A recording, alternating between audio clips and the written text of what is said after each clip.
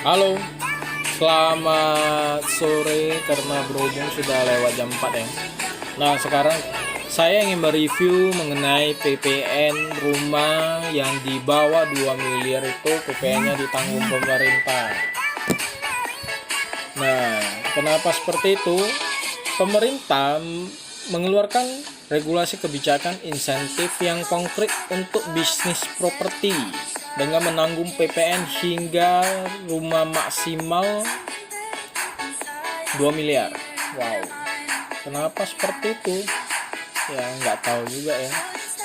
Nah, Menteri Koordinator Bidang Perekonomian Erlangga Hartarto mengatakan insentif relaksasi yang diberikan berupa pajak pertambahan nilai atas penyerahan rumah tapak susun yang ditanggung oleh pemerintah selama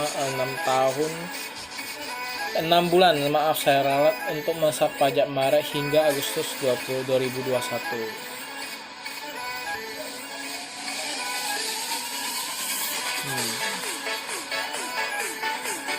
Kita setelah dulu.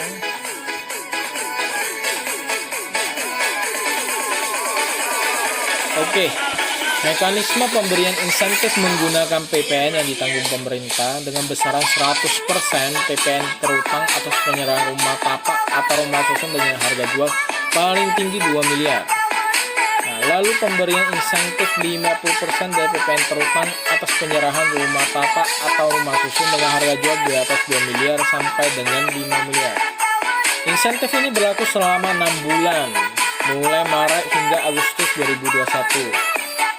Dalam penyampaian konferensi pers secara virtual pada Senin 1 Maret tahun 2021.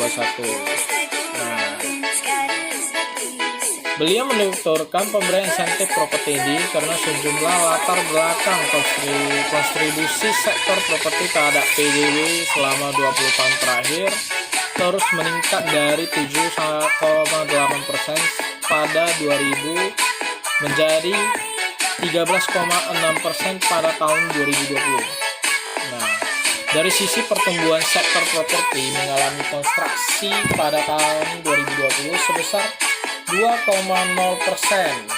Wow, dan bahkan sektor konstruksi turun lebih dalam 3,3%.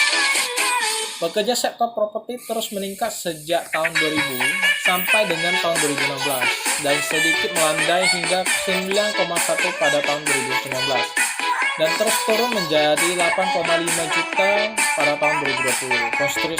Kontribusi kredit properti terhadap total kredit meningkat dari 7,5% pada tahun 2002 menjadi 19,5% pada tahun 2020.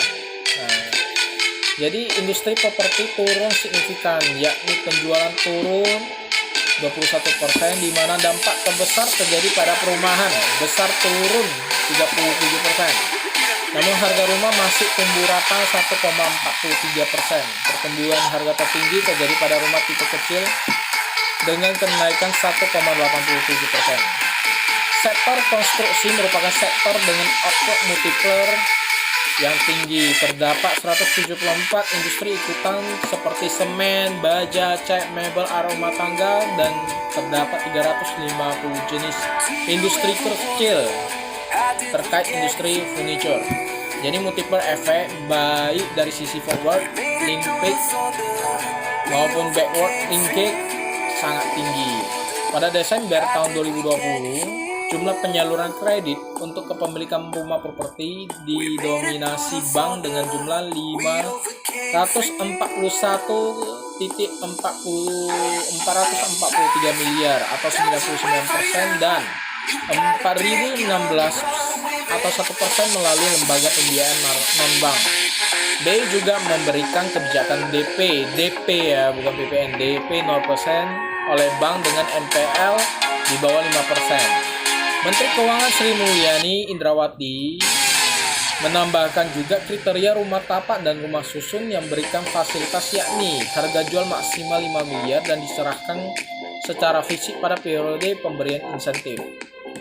Nah, lalu rumah yang diberikan merupakan rumah baru yang saat diserahkan dalam kondisi siap huni, bukan kosong ya, siap huni. Kriteria lainnya yakni diberikan maksimal 1 unit rumah tapak atau hunian rusun untuk 1 orang dan tidak boleh dijual kembali dalam jangka waktu 1 tahun. Nah, jadi lu mau pakai koin kayak gini ya tentu you punya rumah, nggak boleh you sewakan atau you jual kembali dalam jangka waktu 1 tahun karena mengikuti prosedur dan syarat-syarat ketentuan dari Menteri Keuangan. Halo, Menteri Keuangan menuturkan pemberian insentif rumah menengah dan menengah atas ini dikarenakan pemerintah telah memberikan insentif kepada rumah masyarakat berpenghasilan rendah. Jangan sampai seolah-olah kita memihak kelompok menengah, karena yang kelompok di bawah itu kami sudah ada kebijakan subsidi bantuan uang muka 630 miliar.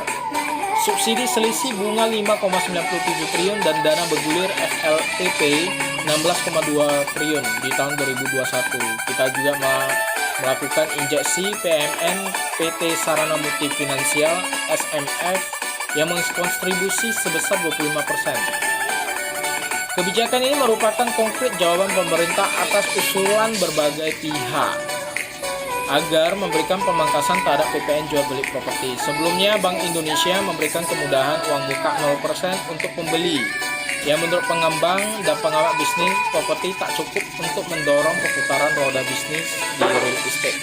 Sebenarnya ada pula rusun berbagai unsur masyarakat agar biaya perolehan hak atas tanah dan bangunan BPATB juga dipangkas. Juga itu diwujudkan akan menjadi insentif yang sangat penting bagi bisnis properti. Saat ini BPATB ditetapkan sebesar 5% kepada masing-masing pembeli dan penjual. Jika itu dipangkas akan menekan biaya pembelian properti secara signifikan. Kebijakan sebelumnya Menteri Pekerjaan Umum dan Perumahan Rakyat menuturkan kebijakan ini melengkapi 4 kebijakan yang sudah ada di sektor perumahan. Keempat kebijakan itu yaitu merupakan masuk pertama fasilitas likuiditas pembiayaan perumahan yang ada pada tahun 2021 sebesar 16,6 triliun untuk 157 unit rumah. Kebijakan subsidi selisih bunga SSB sebesar 5,96 triliun, subsidi bantuan uang muka sebesar 630 miliar untuk 157.000 rumah dan alokasi pembiayaan perumahan berbasis tabungan BP2BT.